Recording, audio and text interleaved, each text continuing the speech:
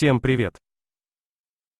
Несмотря на то, что Советский Союз считается правопредшественником Российской Федерации, а большинство российских руководителей начинали карьеру в советский период, разница между двумя государствами огромна, а в чем-то они и вовсе являются полными противоположностями. Это порождает яростные споры о том, где все-таки жилось лучше и какое из государств было правильнее. Наш канал попробовал найти моменты, в которых СССР явно превосходил своего преемника и по которым миллионы людей ностальгируют до сих пор. Подписывайтесь на наш канал и не забывайте нажать колокольчик. А также поставьте лайк этому видео, досмотрите до конца и выскажите свое мнение по этой теме. Жилье. В СССР квартиры, как известно, давали бесплатно, хотя помимо этого, о чем сейчас мало кто знает, существовала возможность купить за деньги кооперативную квартиру. Чтобы получить жилье, люди записывались в очереди.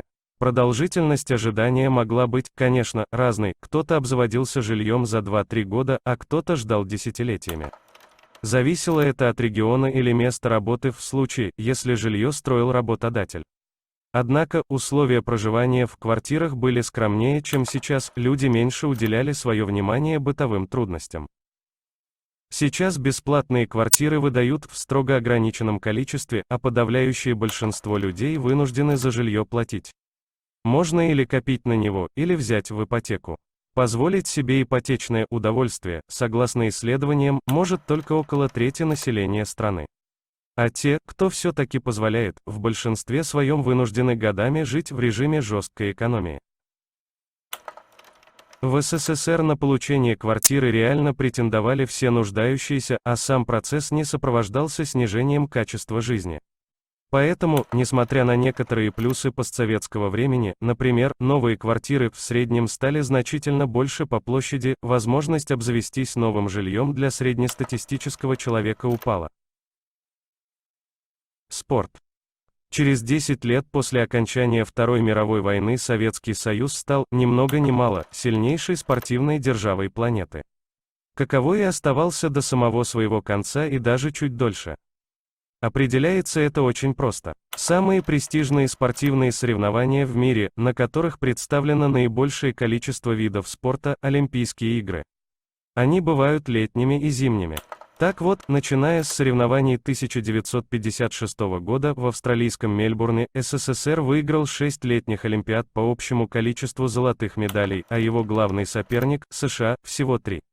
Более того, даже после развала Советского Союза на играх 1992 года в Барселоне победила так называемая объединенная команда, составленная из бывших советских спортсменов.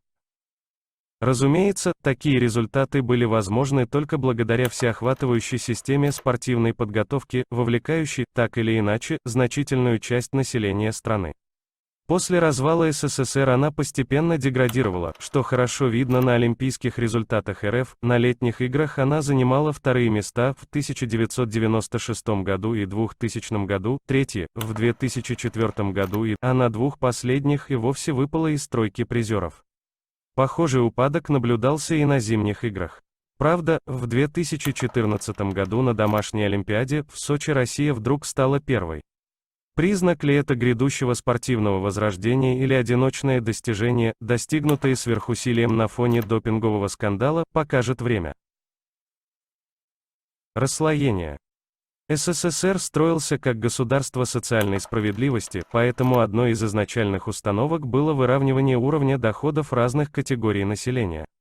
Критики советского строя презрительно называют это уравниловкой, однако подобный подход позволял избавить общество от изрядной доли социальной напряженности. Например, в 1986 году оклад генерального директора крупнейшего производственного объединения в самой прибыльной отрасли промышленности, например, нефтехимической, составлял 430 рублей в месяц. При этом минимальная зарплата рабочего по закону составляла 70 рублей в месяц. Итого, зарплаты сотрудников низшего и высшего звена на огромном предприятии отличались в 6 с небольшим раз. И, что важно, советские люди об этом прекрасно знали. Для сравнения, в современной России главы госкорпораций Роснано, Росатом и Ростех Анатолий Чубайс, Сергей Кириенко и Сергей Чемезов в 2015 году получали по 8,5 миллионов, 11,2 миллиона и 14 миллионов рублей в месяц соответственно. Какова разница в зарплатах между ними и рядовыми работниками указанных предприятий, попробуйте представить сами. Вот такие 3 существенных отличия СССР от современной России смог выделить наш канал. Если понравилось, то поставь лайк, подпишись и выскажи свое мнение в комментариях. Может, мы что-то упустили.